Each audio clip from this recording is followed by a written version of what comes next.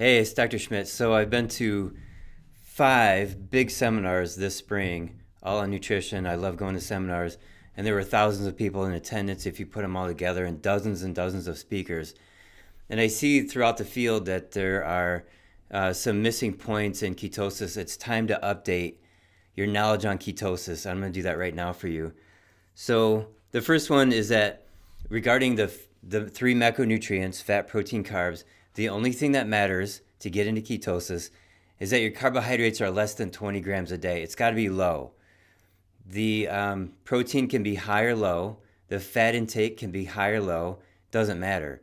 So that's why people who fast get into ketosis, because their carbohydrate intake is below 20 grams of carbs. For most keto teachers, they say high fat, moderate protein, low carb. That's okay for a short period of time to get into ketosis, because when you lower your carbs down, people want food, they're hungry, they're not used to it, so they can increase their fat up. So they lower the carbs, increase fat. Now 2 weeks go by, 3 weeks go by, now they're in ketosis. Okay, great. Can you sustain that for a long period of time? No, that's the extra added oils and fats that are not appetizing, like avocado oil, coconut oil, olive oil, butter. So I used to have people scooping tablespoons of fat into their mouth, and there are still some doctors that do this. But the point is, it's okay at the beginning to get into ketosis.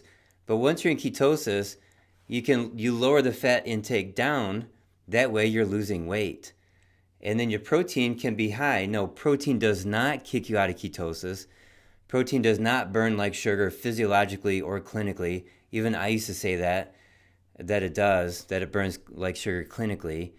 But I have a patient that's an engineer. He keeps track of his glucose and his ketones. When he eats more protein, the glucose comes up a little bit, but so does his ketones. So his GKI, the glucose ketone index, stays the same. So let me kind of put this together into what's called the unified theory of food. And here's how it goes. There are 3 nutrients that maintain the structure of your body. They maintain your muscles, so you don't get atrophy like a vegan. They maintain your bones, so you don't get osteoporosis. They maintain your brain. And those 3 nutrients are protein, vitamins, and minerals. Now, you're left with 2 macronutrients, fat and carbs. So if you lower your carbs down below 20, now you're in ketosis. What do you do with your fat intake? So if you're an endurance athlete, you can have your fat intake very high to give you energy during your marathons. But if you want to lose weight, you lower your fat intake down so that you're burning the fat that you're carrying around instead of the fat that you're eating. So your protein is high, your carbs are low to get into ketosis, and your fat intake is low. Now, if you imagine our ancestors a long time ago, they killed a deer or buffalo and rabbit, and those animal fat percentages were very low. Like a buffalo might be 4% fat, or a rabbit might be 2% fat. So the muscle meat itself is very lean. So then our ancestor hunters would have to go after the fat. They'd have to break the skull or the spine to get to the central nervous system to eat that fat. They'd have to break the long bones, like the femur, for example, to get to the bone marrow. And there was fat in different parts of the animal based on the season. So, for example, fat stores on the back of a buffalo or camel, or, there'd be fat stores, but those fat stores weren't there in the late winter, early spring, so it depended on the season. So the hunters had to go looking for the fat. So if you were to mimic that style of eating, you're eating lean meat, and then there are times when you can eat more fat. Okay, you can cycle this around.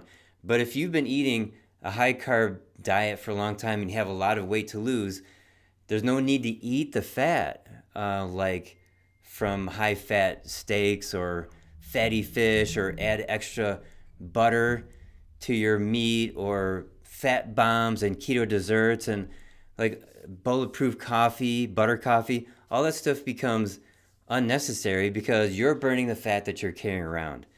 So let me just reiterate this. So, and I got to get into protein a little bit more here, but high protein, low fat, low carb. Okay, now how much is high protein? So the whole point of doing moderate protein is 2 reasons. Number one, because the idea was that protein kicks you out of ketosis. That's not a true statement. I did a video months ago proving over the course of 12 different research studies on ketosis, the ketone levels in your body only rely on carbohydrates, not fat or protein. The second reason why moderate protein was recommended is because you need to get an autophagy. And when you eat protein, autophagy stops. Autophagy is when your cells die and then you get new cells. It's like a rejuvenation of the body. But the point is, when you eat a pound and a half of meat, like I've been doing for lunch, I'm not hungry for dinner. I go to bed with no food, and there's an 18-hour fast. That's super easy. And I'm getting into autophagy. If you eat tons of calories of junk food, and then you skip a meal, it's so much harder for your body to get into autophagy because the carbs are very high. But if you're eating meat, and then you skip a meal, it's so much easier for your body to get into autophagy because you're eating meat. Okay? So when you, if you were to eat meat 5-6 times a day, there's no autophagy. Now you can do that initially for 2 months if you want, and that'll help get you into ketosis. All right, but then it's not sustainable because you're so full. You have to end up skipping meals. You just can't eat anymore. So that's where autophagy comes in, because now you're skipping meals. Now you're going 15, 12, 20 hours between meals, and your body's recycling itself. And the other fear is that mTOR, which is like insulin for protein, like mTOR is crazy high and it's causing disease, causing cancer, or IGF-1, which is a growth factor, high with protein intake, meat intake, it causes cancer. These are single chemical, individual factors that the body has so many other things it can do to bypass any damage that mTOR or IGF-1 causes. But the point here too is that if you're intermittent fasting, those things come down. So the low carb diet is the foundation of any diet. It's the way of our ancestors. Ketosis is the native state of the body. I've been saying that for 3 years. And but the point of this video is the updates on the information. So how much protein can you have? Well, let's say you want to weigh 160 pounds. Eat 160 grams of protein per day. Now your carbs are less than 20 and your fat can go up or down. If you're thin, you can have more fat. If you're overweight, you bring that fat intake down. So lower fat intake would be 50 to 80 grams of fat. A higher fat intake would be, let's say, 75 to 130 grams of fat. All right, so I'm just talking to a broad audience right now, and I don't know how much you weigh or how much you want to lose, so I can't give you specific advice, even though I'm talking to you directly. I'm actually talking to a large audience, so I hope you understand where I'm coming from. So don't type in the comment section, how much fat should I be eating, because I don't know the answer to that. So now I've been doing this myself, and I've had many patients do this, and to eat the equivalent grams of your weight in pounds is very healthy. And you have to work to it. You can't just start, like right now I'm at about 180. So if I were to start like with the standard American diet and then try to eat 180 grams of protein in a day, it'd be kind of difficult because your body's got to get used to it. Your intestines have to get used to it. And then you'll have different sleeping patterns. Your body will go through some sort of a cleansing change. And it's kind of radical. You might end up sleeping a lot for the next 2 weeks. Or you might be feeling way more active and wanting to exercise, around that time. It's pretty awesome. So one factor that comes up often is the need for salt for dehydration. So when you eat a high carb, high insulin diet, the insulin's up and it maintains water. People get edema, their fingers swell, their belly swells, their ankles swell, they get high blood pressure. So then you go low carb, whether it's keto, carnivore, whatever, the insulin comes down and then you lose that water. This is when people lower their blood pressure, except if they have mold in their body. But if you don't have any mold, you lose that water, you start urinating excessively. And I've had people urinate, larger quantities for 3 days. And then now their blood pressure is almost normal. So when you urinate more like that, you can lose the potassium, calcium, and magnesium minerals that your muscles use to contract it, or to relax with. And so you can get muscle cramping, you can get constipation, your intestines are all muscle. You can get the keto flu symptoms, just feeling like draggy and tired and brain fog. So you load up on calcium, magnesium, and potassium. You can do calcium powder, magnesium powder, and potassium powder. Don't even bother with potassium capsules or tablets, because by law, those are 99 milligrams, and it's too little. You got to have potassium powder scoop. One scoop might be 1,200 or 2,000 milligrams. So when you add these minerals, now your muscles work better, the cramping goes away. Now you can also do Celtic Sea Salt or Himalayan, the pink salt. So I'm saying 2 teaspoons a day. And the way that I do it is 1 teaspoon in a shot glass, fill it with water, and then I shoot it. Well, I stir it with a knife, shoot it, chase it down with water. It's like taking hundreds of little supplements. That's how I think of it. And there are people who take 3 teaspoons a day. Now, how much is 2 teaspoons a day? It's about 8.5 grams. Now, there are native tribes around the world that live by the ocean, and they're eating fish and seaweed, and they get 100 grams of salt per day. So don't think that 2 teaspoons is a lot, because it's not. So you want those minerals, you want that density, and you want those symptoms to go away, like such as constipation, keto flu, or muscle cramping. So dehydration from eating a lot of meat, not a big deal. It's easy to fix. Make sure you're drinking extra water. And if that's even too hard, then you might end up having to go back to some salads. If you're trying to go carnivore but you need some salads, I mean, not a big deal. Like iceberg lettuce or something. That's my favorite vegetable. Don't tell anybody I said that. Or even like granola if you need to do like a low carb. There are some low carb granolas on the market as your body's getting used to the change in your diet. The next thing I want to go over, I want to give you some examples. I have a patient now, she's been with me for a year, type 2 diabetic for 25 years, and she was doing the high fat, moderate protein, low carb, testing her blood, glucose, and ketones every single day, writing down her numbers and her weight every single day. And her blood sugar used to spike up to 300. Now it only spikes up to about 130. So her type 2 diabetes is almost cured. I can't say that word though, so I'm going to say helped, in remission, stopped. Now she's still on insulin, so that's the next thing to do, is to start removing the insulin and see what happens with her blood sugar. So she still has some work to do. But a few months ago, I told her, okay, I need you to lower the fat down. That way she can lose some weight. Raise the protein up. That way she can go more hours between meals. And she goes, oh, thank God you're telling me this, because I didn't know how long I could go with these tablespoons of oil. And she's eating like 6 tablespoons a day. And, you know, it almost basically reversed her type 2 diabetes. We've had 11 people reverse their cancer with this. We've had plenty of people help their heart conditions out, normalize their lipids, et cetera, et cetera. So the high fat, moderate protein, low carb still works, but it's just not as sustainable as doing like higher protein and then low carb, and then moving the fat up and down depending on what your body needs. I want to share with you a story that one of the seminar leaders said at a seminar that I attended this spring.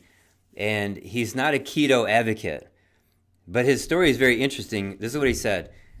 There was a panel discussion, so there's a few doctors on stage, and they were talking about a condition. I don't remember what the condition was. And, you know, if a healthcare practitioner is going to talk about a condition, you better talk about a solution, or else you're wasting everybody's time. That's my opinion. So he chimes in on this condition. And he said, yes, it mostly happens with women. And I'm thinking, okay, so what's the cure? And he says, and most of the time they're postmenopausal. And I'm thinking, okay, so what? What's the cure? And he says, and usually they have cysts. Okay, so this is all like inconsequential to how to help the person. And then he says, and the luteinizing hormone is usually high. I'm like, okay, you're wasting everybody's time right now just with these facts that are, you know, I consider them not random, but how do you fix it? So then he said this: the woman went on an all-protein diet and everything went away. All the problems went away. And the people who know me, who were sitting around me, turned and they faced me and they looked at me with a smile on their face. And I wanted to jump up, there's like over 100 people in the audience, and say, yeah, the carnivore diet. Now, when he said all protein, that's impossible. It's got to be an all meat diet because meat has protein and fat. So I just thought that was a funny experience because in his limited experience with ketosis and carnivore, this woman found it somewhere online probably and went on it herself and reversed her condition. So one thing that I pushed a lot was cycling ketosis. And do you need to cycle ketosis? Do I change my message on that? Somebody brought this up with me. And when you're eating a carnivore diet, you just eat nothing but meat, you will be in ketosis because it's low carb. So there are plenty of people who eat nothing but meat every day for years. I follow them on Twitter. There's a number of people who do this, and their health is totally fine. So the reason why you would want to cycle ketosis is if you're doing the old school keto way, the high fat, moderate protein, low carb, because it's not sustainable. It's not something that you can do every single day for years. Like I mentioned, the woman who did it for a year, when I told her to cut that fat down, eat more protein, eat more meat, she was so happy. She goes, I didn't know how long I could sustain this for. So if you do ketosis the right way with meat, then no, you don't have to cycle it like I used to say in my older videos. Now, bringing up older videos, I've taken down about 8 videos where I talked about this ratio of fat versus protein plus carbs. And that was taught to us by the Mayo Clinic, and the Charlie Foundation still uses that. And that ratio is good for kids with epilepsy. It's very high fat. And it's good short term for some people. But I've taken those down because people are getting confused by that. And I still have patients now, they come to me from long distances. They come to my office and they say, I'm doing a 2-to-1 ratio or 3-to-1 ratio. And I'm like, okay, that's fine now. But now we're going to change it. Once you're in ketosis, we're going to change it back. Lower fat, increase the protein. One of the seminar's leaders said that, quote, we all know that the ketogenic diet causes fatty liver. Okay, so we have to just stop that thought right now. The ketogenic diet is the best thing for a fatty liver. So when you're in ketosis, your fat intake is down. Your body starts burning this fat out of here. It comes out of here first. And it comes off your belly and off your thighs and off your butt later. So it's cleaning up your pancreas and your liver and around your heart and intestines. That fat leaves first. Now, 2 tools that I use still all the time. Number 1, Chronometer. That's the diet app where you put your food in and it gives you the macronutrients, the fat, protein, and carbs in grams. I don't care about percentages. I want to know the grams. It also gives you grams of fiber per day. You put those 4 macronutrients into the website that's ptoer.com. It stands for protein to energyratio.com from Dr. Ted Naiman. I'm using this all the time. I've made some videos about this. But I use these 2 internet tools to help people understand what to do with their diet. Now, ptoer.com, it's not about ketosis, right? They show you like fat gain versus fat loss. And but I just tell my patients, look, if you're trying to get into ketosis, keep your carbs below 20. Boom, that's done. It's super easy. Those are the 2 best internet tools that I found for controlling your diet and understanding what to do with your diet. So I want to talk a little bit more about the carnivore diet. I'm probably 90% carnivore, and I talk to people who are more carnivore than me, patients of mine, and the changes that they get. So we're talking physical strength, we're talking reduction, an actual, like, they feel slimmer here in their waist. It gets sucked in. And then a poise and a calmness and a strength and a stature, what's the term? Posture that has not been experienced before. It's a settling feeling. It's energetic. It's strength. It's strong. It's all these combined. So when Weston A. Price traveled the world in the 1930s and he looked at 134 indigenous tribes, he talked about this all the time. He talked about like the moral fabric of the culture of the tribe was very strong. They had no jails, and they had peace and calm amongst the tribe. Now, there were tribes that fight each other, but in his travels, he compared these indigenous tribes versus modern society. And he said that the diet helps these people work well with one another. So when you look at our culture today, and you look at the insanity and the violence and the crime and the inability to communicate with somebody else sanely, there is some factors related to the diet in there. And just look at what people are eating and how they drive and whether or not they pay attention. And look at the students who do well versus the students that don't. And what are they eating? And these are all like broad generalities. So, but if your brain's not, doing well, your body's probably not doing well either. Feed your body, feed your muscles, make your brain work better. And what's the best food for your muscles? The biggest organ in your body, your muscles, it's red meat. And I've gone on and on about how important it is to eat red meat. It is the best superfood on the planet, better than kale and avocados and spinach and whatever other green things you can come up with. Red meat is the superfood. It's red because it has heme iron in it, also known as myoglobin, and that feeds your muscles. It provides iron and oxygen to your muscles, and it makes your brain work better too. So I've seen a number of people whose brain function is much improved. And I even have an Alzheimer's patient 2 months ago. I had her touch her fingers together like this, and she couldn't do it. And then I said to her and her husband, okay, red meat every day. They came back last week, and they were eating 4 steaks a week. And I told her to do this, and she went like this. And she touched her fingers. And I had her do some other things, and her husband was blown away by how much better she was doing in 2 months on lots of red meat. But it's not even a lot. It's only 4 steaks a week. So I told them both, 2 servings of red meat per day. Eat as much as you possibly can. And we'll see how much better her brain gets on red meat. Okay, I want to do this update on ketosis with new information that's even greater information than what I knew 9 months ago. I got sucked into Twitter 1 year ago. I've been learning a lot. I think Twitter is a little bit of a hellhole with the attackers, the trolls. But yet at the same time, it's like Twitter University, and I'm following some really intelligent people who have been around the block with nutrition and ketosis and food, et cetera, et cetera. And as I learn from them, I apply it to myself and to my patients. So the things that I've said in this video, I say with total confidence because I see it to be true. And of course, I know the research back and forth, and I know what research is valid and invalid. I can figure that kind of stuff out too.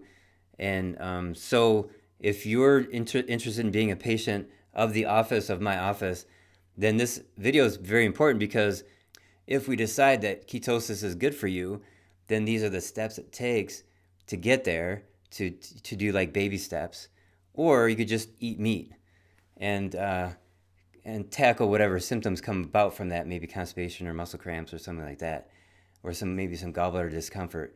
But we can help you walk you through this and give you the steps, and then you can achieve better health, and you can achieve this brain power, this calm feeling, this muscular strength that I mentioned earlier in this video.